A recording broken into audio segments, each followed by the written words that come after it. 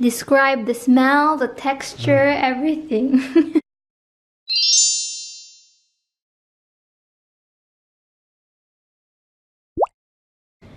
Hello everyone, welcome back to my channel, and today I have my husband with me. Yay! So I'm gonna bake something today. And what do you want me to bake? I want her to bake my favorite. I always buy this when we were still back in the Philippines. So sorry, I just got out of the shower. My hair is all so messy. I always buy this when we were back in the Philippines as a snack. It's a bread, and Tell them the name already. it is called Pan de Coco, or coconut bread. I think that's what it's called. I think so, Yeah. Okay, I'll bake that later. So I'm gonna go sleep because I gotta work tonight, and she's gonna bake me some snacks. So when he wakes up, I'll be he's gonna full. eat it. He's such a lucky guy. I'm now here in my kitchen and it's 12 noon, so let's get started.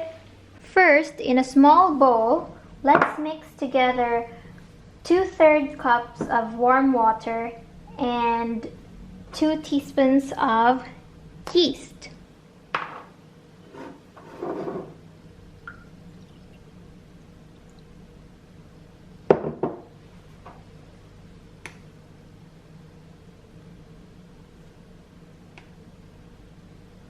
Oopsie.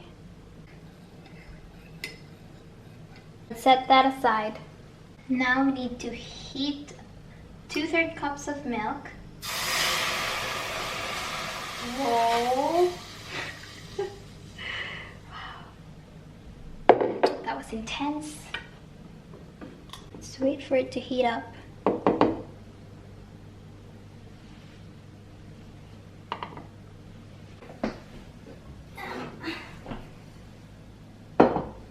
So the milk is already hot. We're gonna add it into a large mixing bowl. Add 1/2 cube of butter. And then 1/3 cup of sugar. Mix it together until it's well combined.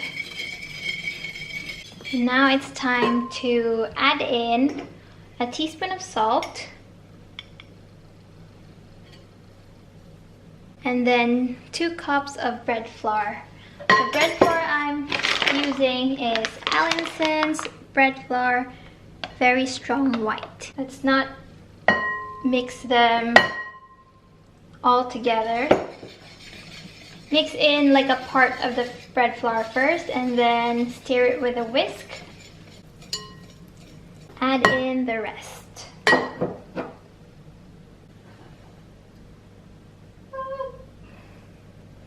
I think it was a bad idea to use a wire whisk for this because it's becoming very thick. So let's get our spatula. It's proving to be really difficult even with the spatula, so I think I'm gonna have to use my hands on this. I'll need to take my ring off. I'll show what it looks like. See? It's not yet very combined, so I think I still need to keep mixing it.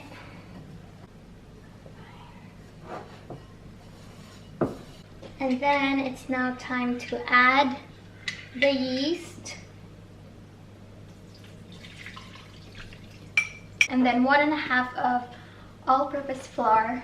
But since I've never seen all-purpose flour here in the UK, correct me if I'm wrong, but personally I haven't seen any in the groceries, so I just used the plain flour. But I hope it works. Alright. Same as before, add it portion by portion.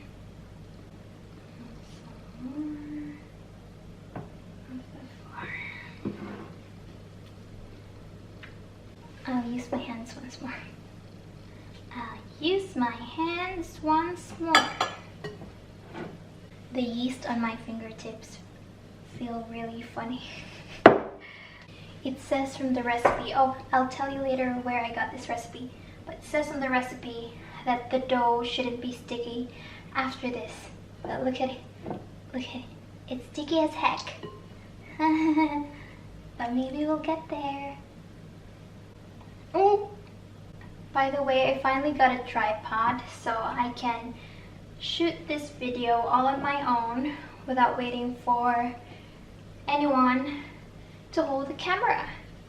However, I just realized that the problem with this arrangement is that if ever I want to turn off or hit the pause button on the camera, I don't think I can because my hands are really messy right now. Do you want me to show you the dough? Actually, it's kind of forming. Yay! Dough, but it's still very sticky. So we need to keep going. You want some arm workout? It's the best thing. But it's actually getting less and less sticky. Also, I have no idea if this kind of bread is just from the Philippines or is it from the Spaniards? Is it from Spain? Because it sounds Spanish. Pan de coco. Might be. It's now 1 o'clock. It's been an hour and I haven't started baking yet. Yay! Here it is. I don't think it looks perfect. It looks kind of rough. I'm not sure if it's supposed to be like that, if it's supposed to be rough, or is it supposed to be smooth. But it's not sticky anymore, which is what the recipe said. So let's head on to the next step. The recipe says to knead the dough some more for 5 minutes. I think it's better to knead the dough in this flat surface. You have to put a little flour on the surface. Wow, for doing this for 5 minutes, can you imagine that? You know, this one's different from the dough that I've made previously for those buttermilk biscuits, because that one, when you knead it on a flat surface, it would stick to the surface without, if you don't sprinkle the surface with flour. It's getting smoother as well. Oh, I want to try something. When my mom makes siopaw, I usually see it being done like this. And then, I don't know how it's gonna affect the dough, but that's how I see it being done. Like that. It's been 5 minutes, so I'm gonna place this back in the bowl. So I'm gonna cover it up with a damp towel, like that, and we just wait for it to double in size. So the recipe I'm using is from recipenihuan.com. That's what I'm following. We are now gonna make the filling while we're waiting for the dough to double in size. In a saucepan, mix together all filling ingredients and stir on low heat. The filling ingredients are 3 tablespoons of butter, and then 3/4 cups brown sugar, and then 3 cups of coconut flakes. That's quite a lot of coconut flakes. 3 cups.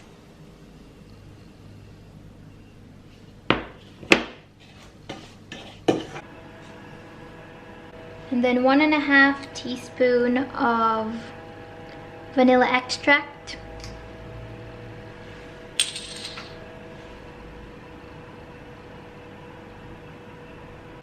And the last ingredient is 3/4 cups of milk.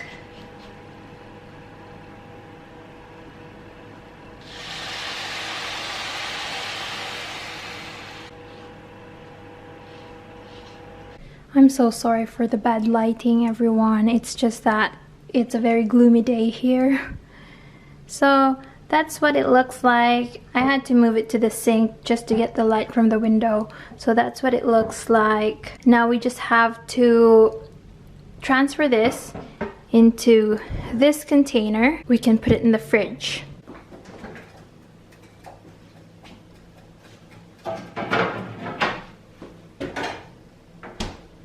Let's check on our dough. I think it has already doubled in size, yeah? Ooh, it feels so nice and fluffy. So let's separate the dough into 4 equal parts.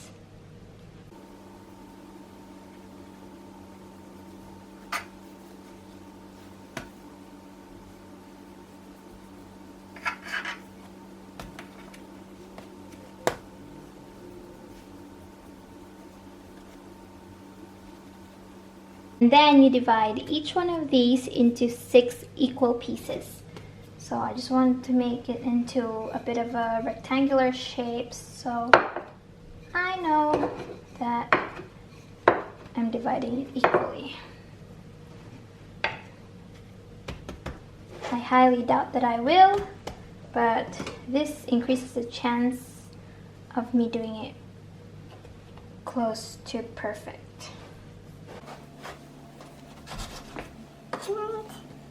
And then 1, 2, 3, 4, 5, and 6. Okay. And then you roll each one of them into a little ball. So all in all, this should make 24 pieces of little ball of flour. Dough. Next is we have to flatten each one like this with a rolling pin. And then put a tablespoon of the filling we made on the center. And then just fold like that to seal the filling inside. Like that, and then you put them closer together and just give a little twist to seal them. Like that. So here they are, filled and ready. I have placed them in a tray lined with baking paper. I only used 20 of the doughs because there's no more space. You need to poke each one of them with a fork. It said 3 times, so the air will escape when we bake it. As you can see, they're not really equal in size. But I think the most important thing is the taste, so we'll find that out. So we're actually still not done waiting because it says on the recipe that we have to wait for 30 minutes for the filled dough to rise. So I'll see you in 30 minutes. Piece of egg. Preheat the oven to 350 degrees Fahrenheit or 175 degrees Celsius. 30 minutes have passed. We are gonna brush the egg on top of each piece. This helps with the color, make them golden brown and look really yummy.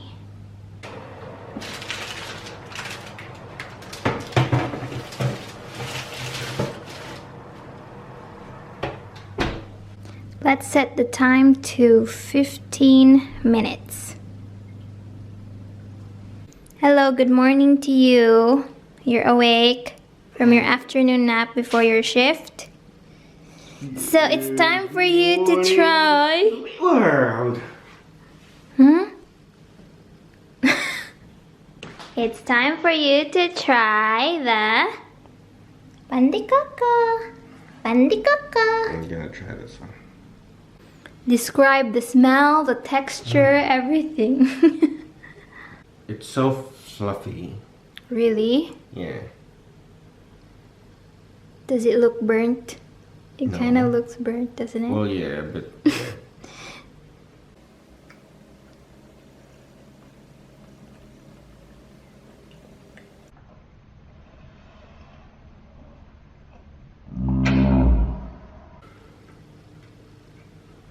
cocoa filling inside.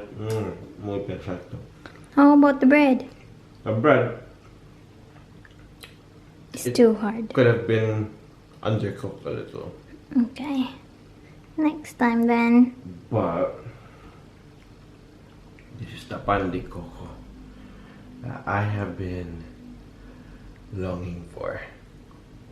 Show us what's inside. I did not pass the judgment.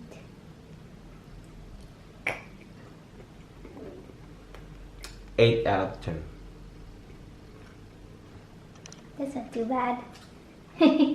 Thank you so much for watching this video, and I hope to see you again next time. Oh, and if you have any ideas or anything you want me to do in a video, or if you want me to bake or cook something, then do comment in the comment section down below. Thank you. Bye.